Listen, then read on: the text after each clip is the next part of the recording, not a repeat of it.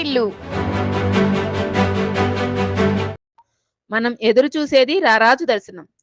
పార్వతీపురం, మన్యం జిల్లా పాచిపెంట మండలం కోడికాల వలస కల్వరిగిరి 19 వసంతాల వార్షికోత్సవం ఘనంగా నిర్వహించారు. ఎర్రసామంత వలస క్రీస్తురాజు పుణ్యక్షేత్ర డైరెక్టర్ ఫాదర్ జీవన్ బాబు ప్రత్యేక ఆహ్వానితులుగా హాజరయ్యారు. హాజరైన భక్తులను ఉద్దేశించి ఆయన మాట్లాడుతూ మనకు కావలసింది శిలువ దర్శనమని ఆయన ప్రబోధించారు. మహిమ దర్శనం, సింహాసన దర్శనం, రారాజు దర్శనం రెండవ రాకడలో చూడగలుగుతామని వాక్యోపదేశం చేశారు. ప్రజల విశ్వాసంతో శిలువ దర్శనానికి కంకలు బద్దుకుని కావలసి ఉందన్నారు. సింహాసన దర్శనం వరకు నిలబెట్టుకునే కృపను అనుగ్రహించాలని కల్వారి నాథుని ప్రార్థించాలన్నారు.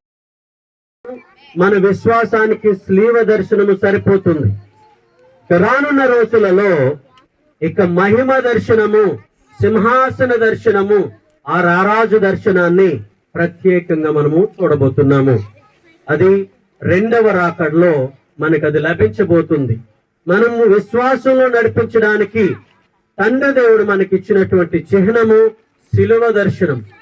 ఆ శిలువను సమీపించిన వారు, ఆ శిలువను విశ్వాసంతో దర్శిస్తున్నటువంటి వారికి సరిపోతుంది రక్షణకు సరిపడేటటువంటి విశ్వాసము. దాని నుండి పొందినటువంటి విశ్వాసం ద్వారా మహిమ దర్శనానికి మనము వెళ్ళాలి. అది మన టార్గెట్. ఆ మహిమ దర్శనం అనేది శ్రీక్రీస్తు రారాజుగా సింహాసనముపై కూర్చుండేటటువంటి దర్శనము వరకు మనం ఉంచుకోవాలి. ఆ విశ్వాసాన్ని, దాన్ని నిలబెట్టుకోవాలి. శుభవార్తలోని భాగము.